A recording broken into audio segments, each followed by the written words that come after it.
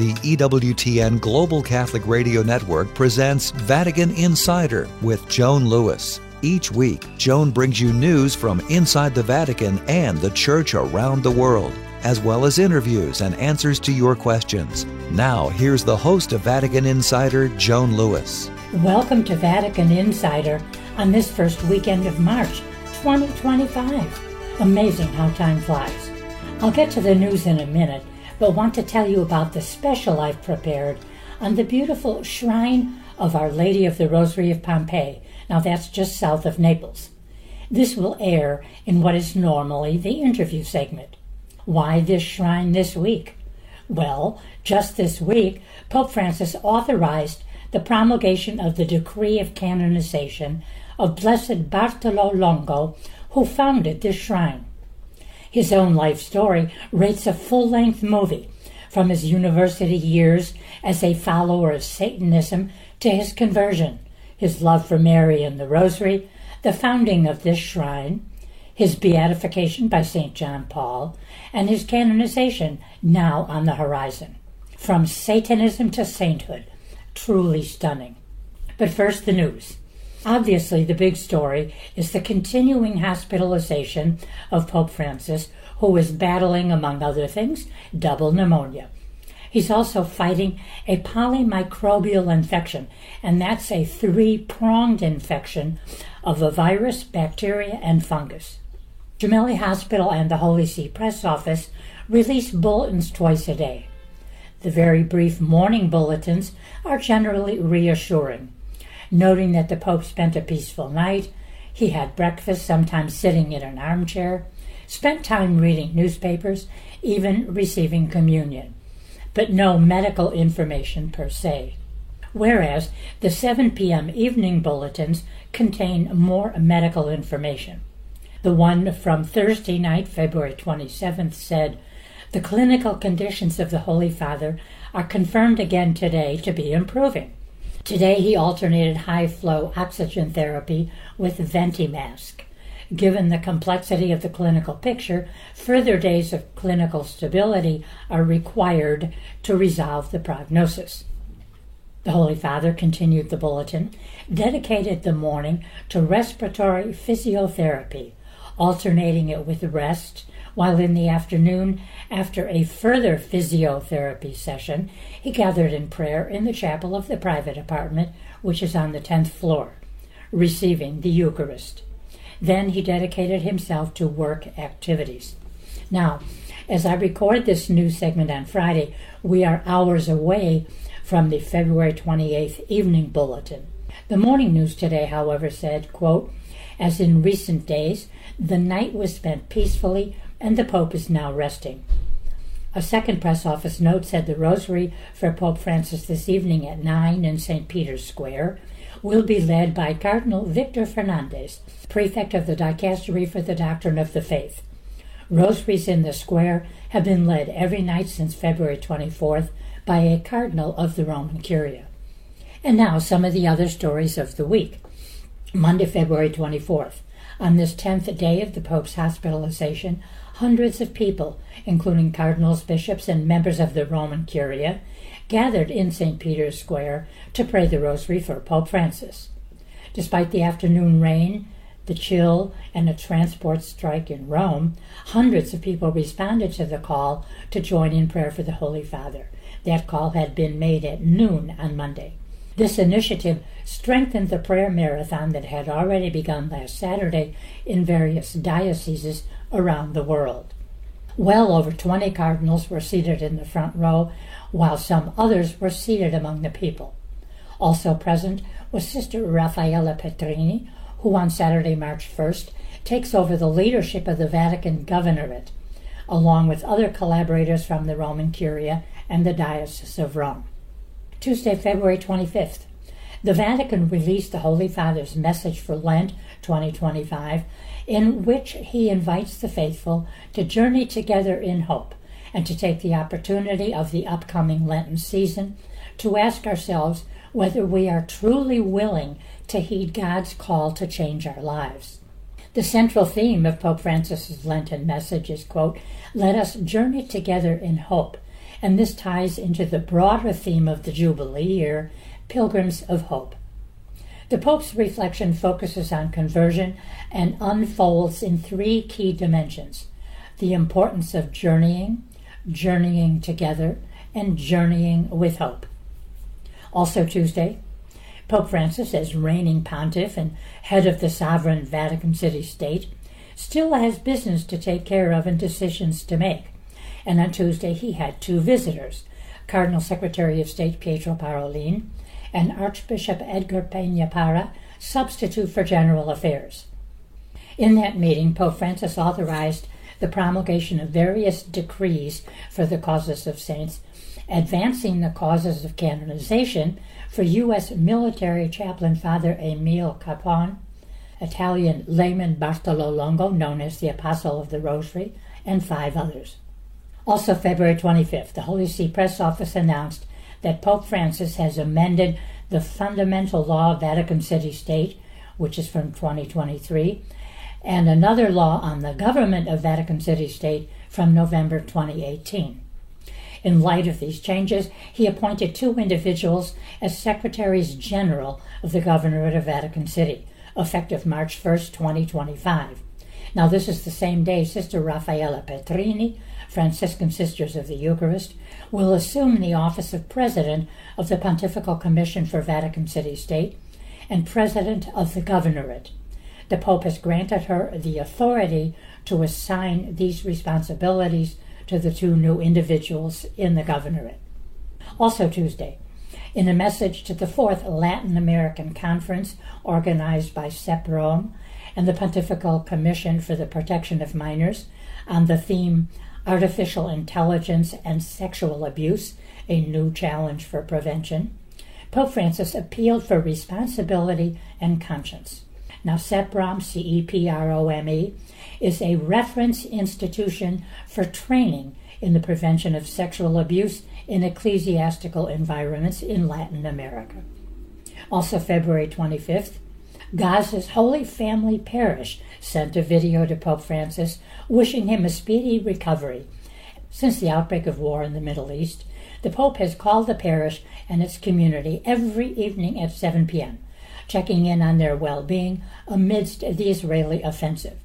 Now, as he battles double pneumonia at Rome's Gemelli Hospital, the parishioners are returning that same closeness, sending him a short, albeit heartfelt video message of prayer and encouragement. The parish in Gaza City not only continues its pastoral activities, but currently hosts about 500 people who have been displaced by the Israeli bombings, offering shelter, food, and accompaniment in a time of despair. Wednesday, February 26th, the Vatican released the catechesis that had been prepared for the general audience scheduled for that day. In it, Pope Francis reflects on the presentation in the temple and invites us to imitate Simeon and Anna as model pilgrims of faith. Also Wednesday, Pope Francis has set up a commission to encourage contributions from the faithful, bishops' conferences, and other potential benefactors. With the chirograph signed on February the 11th, Pope Francis established the Commissio de Donationibus pro Sancta Sede, a new commission dedicated to promoting donations. Its fundamental task is to run fundraising campaigns among the faithful, bishops' conferences, and other potential benefactors, highlighting the importance of financial support for the mission and charitable work of the Holy See. The Commission will also seek funding from willing donors for specific projects proposed by institutions of the Roman Curia and the Governorate of Vatican City.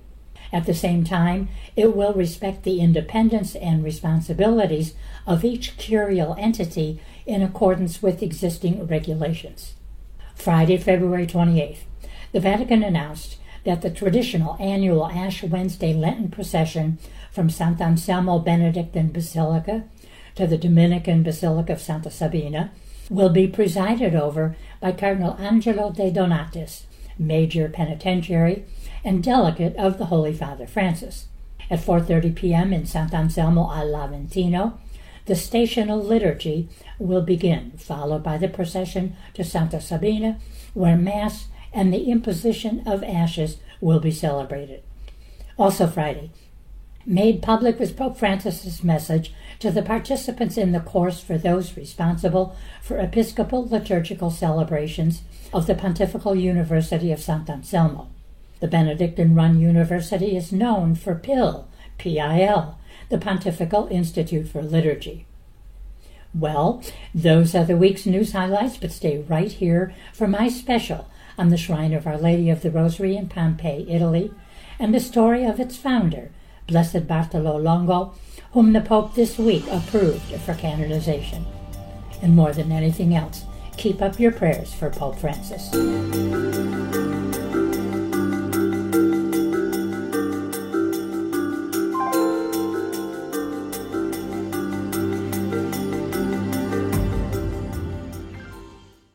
This is Father Gail Hammerschmidt of St. Isidore's Catholic Student Center on the campus of Kansas State University. When I was young, they used to tell me, you know that you become what you eat. And I don't know if that's true or not, but I do know that my thoughts will affect who I become. And when I listen to Catholic radio, I am surrounded by the thoughts that lead me to His glory. I invite you as well to find power in Catholic radio. The world needs EWTN Catholic Radio, now more than ever. This is Jim Pinto, Director of EWTN Media Missionaries. Mother Angelica said, "The essence of evangelization is to tell everybody Jesus loves you." You can help EWTN share the good news by becoming a media missionary. Visit EWTNmissionaries.com today and join us in sharing the eternal word with the world. How many times have you heard it said that the church has been weak and ineffective?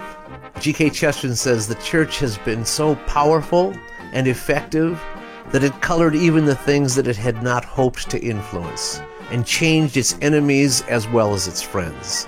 It affects everything it touches. It inspires a life-changing love in its friends and a self-destructive hatred in its enemies. Its enemies will do everything to destroy it, and they end up destroying everything except the church.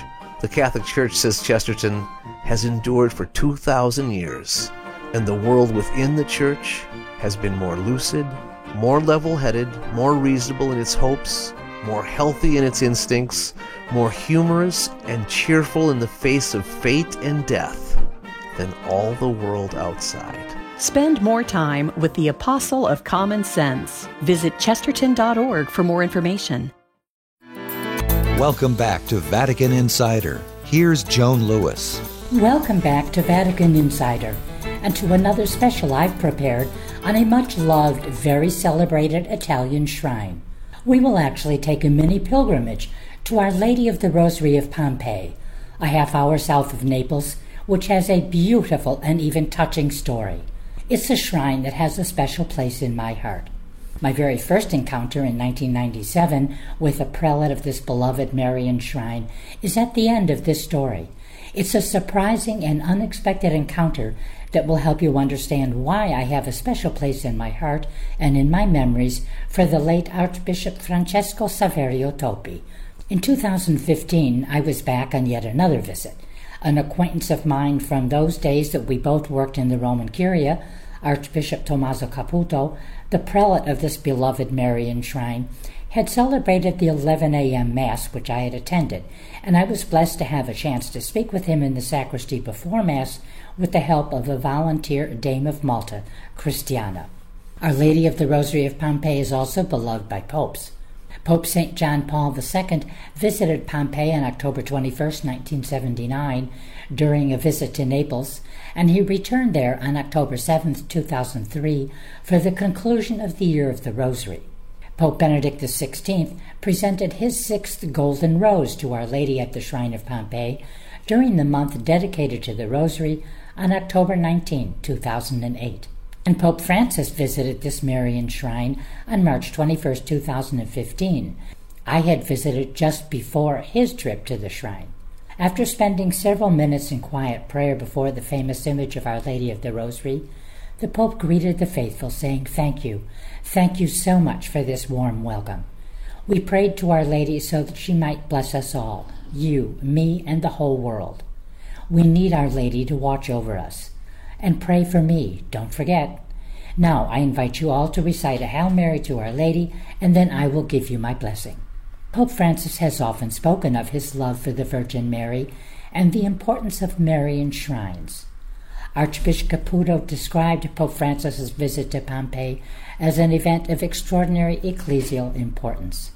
And Our Lady of the Rosary had a special place in Francis's heart in the pandemic year of 2020. During the May 6th Wednesday General Audience, in greetings to Italian-language faithful listening into the audience as it was live-streamed from the Papal Library of the Apostolic Palace, Pope Francis reminded them that 2 days later, on May 8th, an intense prayer of petition to Our Lady of the Rosary will be raised at the Shrine of Pompeii. I urge everyone to unite themselves spiritually to this popular act of faith and devotion, so that through the intercession of the Blessed Virgin, the Lord may grant mercy and peace to the Church and to the whole world. In fact, twice each year, on May 8th and again on the first Sunday of October, solemn prayers of petition are offered at the Marian Shrine of Pompeii for the needs of the whole world.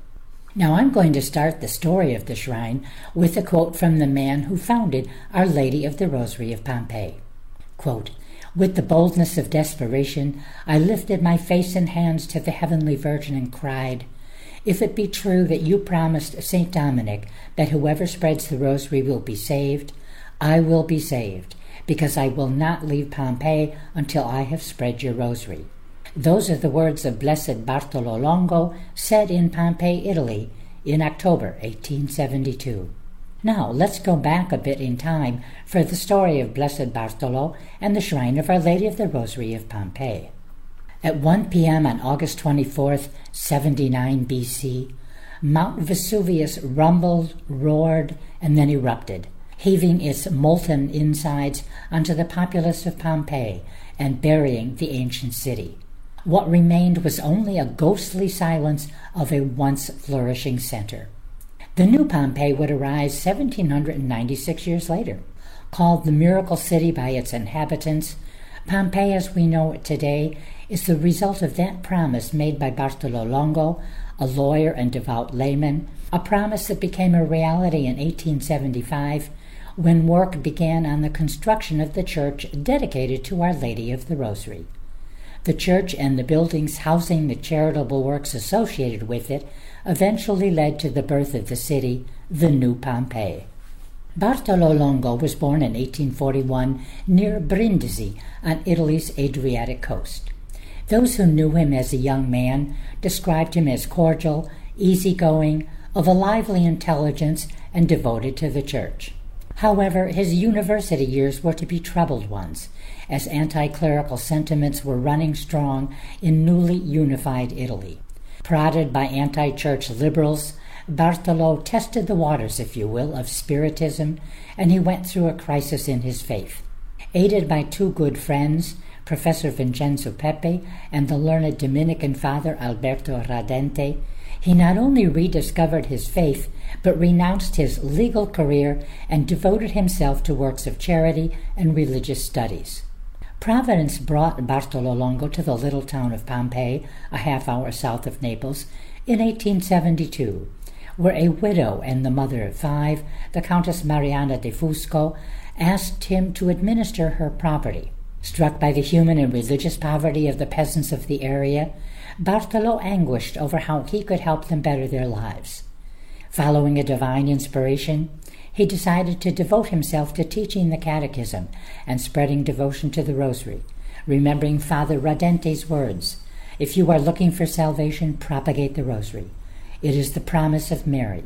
He who propagates the rosary shall be saved." For 3 years, Bartolo Longo organized yearly festivals in the fall to bring the people together for catechesis and to pray the rosary. This could be best achieved, he felt, if the people had a proper church with an image of Our Lady of the Rosary as the focal point.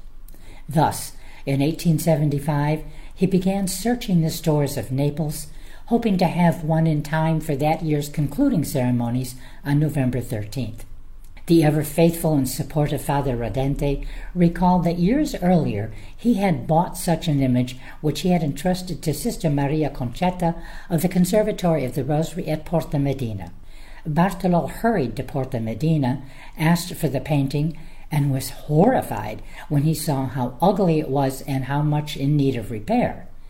He would later write, "Dear me, I felt a tightening around my heart as soon as I set eyes on it." When Countess de Fusco saw the painting of the Virgin with the child Jesus handing rosaries to St. Dominic and St. Rose of Lima, she said, "It seems to have been made specifically to discourage devotion." To make matters worse, the size of the painting precluded Bartolo taking it to Pompeii on the train. The only other possible form of transportation was through a wagoneer who weekly transported a load of manure to Pompeii. So the wagon it was to be. The painting was touched up for the November 13th ceremony and has since been restored 3 times, during which St. Rose was changed to St. Catherine of Siena. Today, the painting hangs above the main altar of the Basilica, beckoning to several million pilgrims annually, as strongly as it once repulsed Bartolo Longo and his loyal supporters. By 1855, some 940 cures and miracles were ascribed to Our Lady of the Rosary of Pompeii. The number well exceeds that today, as witnessed by the countless ex-votos lining the walls of the shrine and adjacent buildings. On my first visit, as I lingered to study several hundred of the votive offerings, the ex-voto, a catechesis to Mary's intercession, I realized that here was the true history of the shrine. A single man's love for the Rosary, transmitted to generations of faithful. He loved, they believed, and together they built what is today one of the preeminent Marian shrines in the world. Each year on May 8th and on the first Sunday of October, thousands of faithful gather at the shrine for the Feast of the Supplication, to petition favors and to offer thanksgiving for favors received. In fact, most if not all of the plaques of thanksgiving that line the walls and halls and corridors of this shrine have the letters PGR on them, per grazie ricevute, for favors received. And this is what I referred to earlier as ex-votos. The neoclassical pontifical shrine and Basilica of Our Lady of the Rosary, in all of its frescoed marble splendor, was dedicated in 1891. 15 years after Bartolo began to collect pennies from the peasants to build this citadel to Mary. But our devoted lawyer felt that this monument would be incomplete if works of charity were not part of it, and so, over the years, until his death in 1926, Bartolo founded homes for orphan girls, for the sons of prisoners, and later orphaned boys. Today, this monumental complex, the pulsating heart of the new Pompeii, includes administrative offices, a chapel for confessions, a school, a home for elderly women, and the offices of the monthly publication, The Rosary and the New Pompeii. It began in 1884. It also houses the living quarters and offices of the Prelate of Pompeii and the shrine director. On my first visit to the shrine a number of years ago, I had a long conversation with the then director, Monsignor Pietro Gaggiano, who was also my guide to the shrine. It was a Sunday morning, and after Mass we began our tour. At the end of our visit, Monsignor Gaggiano left his office for a minute, and when he came back, he asked me if I had lunch plans. I said I had nothing special planned, probably just someplace near the shrine, and he said that Archbishop Francesco Topi, the prelate of the shrine and territorial prelature, wanted to invite me for lunch. It was a great lunch with marvelous conversation. If I had 100 questions about the shrine, Archbishop Topi had 200 questions about the Pope, the Vatican, the press office, and any interesting tidbits I could give him. After lunch, I had a really special treat when Monsignor and the Archbishop took me to one of the rooms that Pope John Paul had been to during his 1979 visit. Archbishop Topi walked to an immense piece of furniture, opened at the top drawer, and took out a very large book, the shrine's VIP guest book. He proudly opened it to John Paul's signature, and then he showed me a few more famous names, and then opened to a blank page and asked me to sign the book. I said in no way did I feel worthy to be part of such an important volume, and he said, "But we are all children of God." So my signature has now been immortalized in Pompeii. The devotion of this wonderful Capuchin Archbishop and Monsignor Gaggiano to the shrine and to Bartolo Longo was palpable as they spoke reverently of his exemplary life and emphasized the fact it was a layperson who accomplished the, quote, miracle of Pompeii, who founded the still flourishing works of charity, and who in 1897 founded the Dominican Sisters of the Holy Rosary of Pompeii. Both of them also pointed with pride to Pope John Paul's 1979 visit to the shrine and to the tomb of the man he would beatify the following year. In fact, Blessed Bartolo Longo is buried beneath the image he had wished. We spoke of miracles and of saints. I asked if it was harder today, in a fast-paced secular world with temptations on every corner, to become a saint. Archbishop Toppi answered, "Every time has its trials and its temptations, and every time has its saints. We are conditioned by the times in which we live, and we adjust to meet those times and face up to those trials." Now a little postscriptum. On April 2, 2014, exactly 7 years to the day of his death, the cause for canonization for Archbishop Toppi was opened. The current prelate of the Shrine of Our Lady of the Rosary of Pompeii, as I said earlier, Archbishop Tommaso Caputo, having asked the opinion of the other bishops of the Campania region, and having obtained the nulla osta, nothing's in the way, of the Congregation for the Causes of Saints, decreed the introduction of the cause. The request was put forth by Father Carlo Coloni, OFM Cap, Postulator General of the cause of beatification of Archbishop Toppi. And another postscriptum. In April 2014, Monsignor Gaggiano, former administrator of the shrine, was named rector of the local seminary. Well, that's it for today, but please come back and join me again next week on Vatican Insider.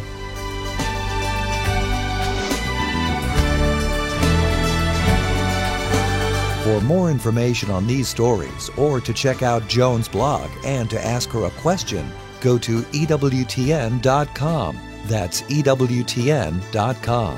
Thanks for listening to Vatican Insider on the EWTN Global Catholic Radio Network.